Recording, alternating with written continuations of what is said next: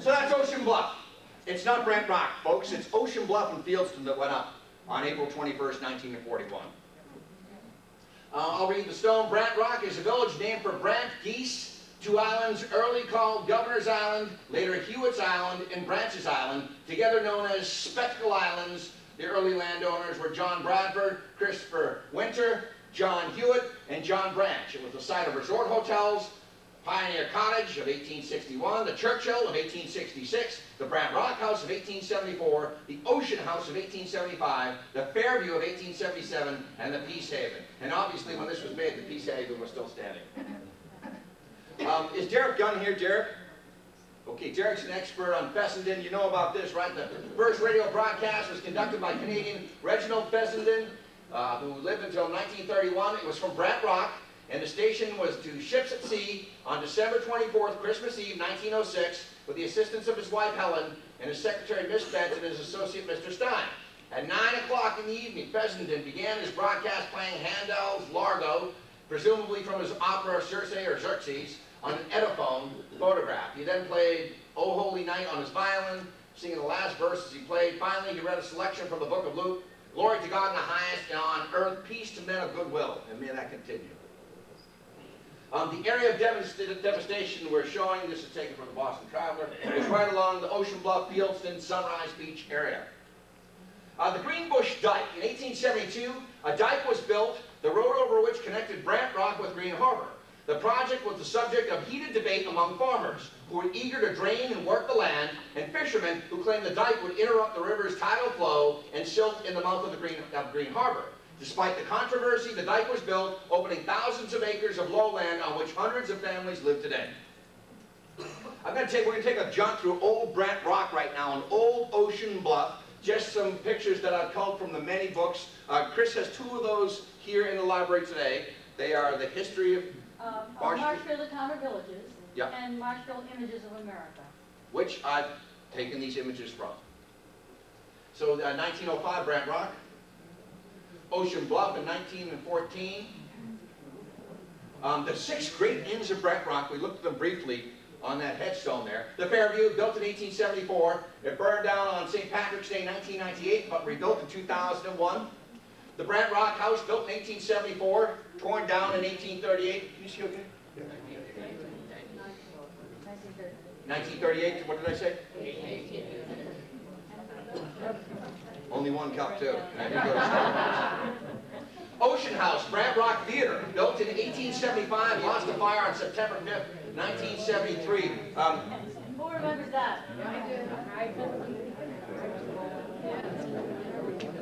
I know the Pioneer Cottage, built in 1861, renamed the Atlantic House in 1879, and was lost in the Ocean Bluff Great Fire of 1941.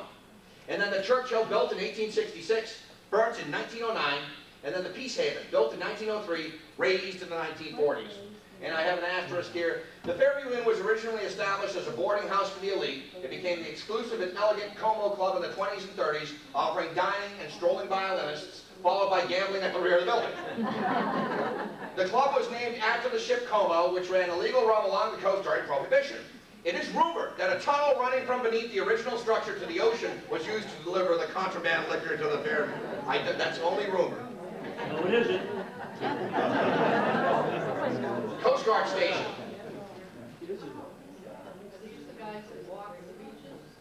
Yes. The Peace Haven. That's a big one.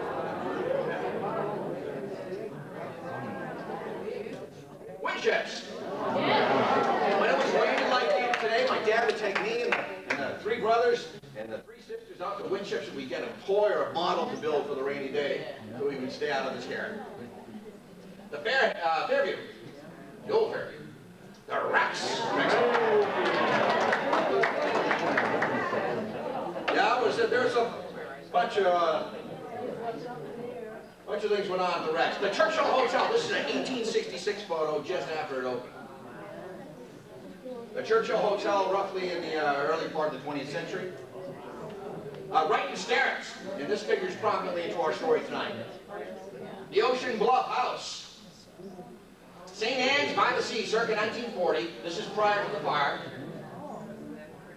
The Ocean House again. Peterson's, which is, you have the figure, the 1900 up top, 2004 down below. And that today is ice cream. Yep. Again, Wright and Sterrett's. The Ocean Bluff Casino, where we know there was some gambling done. A walk along Old Ocean Bluff, and if you notice how close the houses were to the ocean, we'll step back a little now. And the cottages along the boulevard as you look towards Brant Rock Tower. And then, if you can, yep, okay. And then we go to the next one. The Fieldston Restaurant. Anybody remember this? Howard Johnson's back. Howard Johnson. Again, the Ocean Bluff Hotel. Ocean Street, the beach, Ocean Bluff and Brant Rock. From the Army Tower, circa 1943, this photograph taken, looking north. Okay, some historical fires in Marshfield then. In 1773, Tea Rock Hill, British stores of tea were burned, which is near Ocean Street, Moraine Street. Does anybody know where that is? Yeah. The Boston Tea Party happened on December 16, 1773. It was 3 days later on the 19th that Marshfield burned tea. People don't understand that there are multiple tea parties that took place in the colonies, the 13 colonies, from 1773 through 1774. Sears Building, which was the end of Landing Road, that was in 1919. In 1934, the Convalescent and Chronic Home, which was changed from the old South Shore Hospital in 1926. It burned in March of that year. In 1940, the Winslow House had a fire. The fire we'll be talking about tonight, 1941. 1958, the Cohee Roller Skating Rink, which preceded Family Skateland. 1960, Eli's Linen Store in Brant Rock. Do you remember that? 1964, Webster Hotel, Landing Road and Carswell Street, which was November 16th of that year. 1970, a house on fire on the island off of Dyke Road. 1972, summer, Chief Robinson, Estes. Is that what happened in 1972? Do you remember that? Was that the year? That's correct. Okay. Care to elaborate on that, Chief, or should I move on? Is my brother Jim in the room?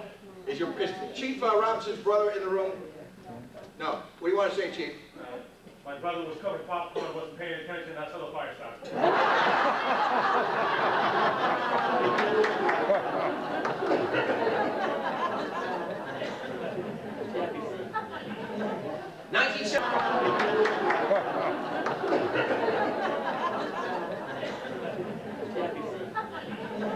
1978, the Marshfield Country Club. 1978, the Rexicana. It burned on September 6th. 1979 and 89, Copeland and Sons Lumberyard. 1981, it was arson, Assumption Church. 1990, the Adelaide Phillips House burned July 9th, and there were some lightning strikes there throughout history. Okay, before we go on, we're going to take the time machine here. So we're going to have you remove your shoes, go through the metal detector. There is a $5 surcharge for a pillow. There are no snacks. Okay, one point, hit it, Chris. I borrowed this from my friend H.G. Wells. Hopefully it works. We're going to all go back to 1941 now. Here we go. One more tap, Chris. All right. All right. Take your Dramamine. Let's see. Here we go. All right. One more, Chris. Here we go. All right. We're back to 41. That's right. 1941 was an incredible year. It was an incredible year in baseball. The Yankee Clipper, Joe DiMaggio, one of the greatest center fielders in history, although some people think that Dommy, who just died this year, was overshadowed by his older brother. And then you have the greatest hitter that ever lived, Teddy Ballgame, the kid, the splendid splitter. He hit 406 that year. No one's hit 400 since then, and it's remarkable. He was more John Wayne than John Wayne, this guy, okay? This guy went off to World War II. He had a smoking jet he landed. My dad met him in, I think it was Pensacola during the Korean War, and didn't recognize him as Ted Williams from Boston. And they called my dad Boston Blackie. But anyways, as my dad went to pay off the tab, they said, oh, no, the major paid it. Ted Williams paid it. So, and then my aunt, if you go back one more, Chris, and then my aunt chased Ted Williams out of a barber shop one time for his autograph.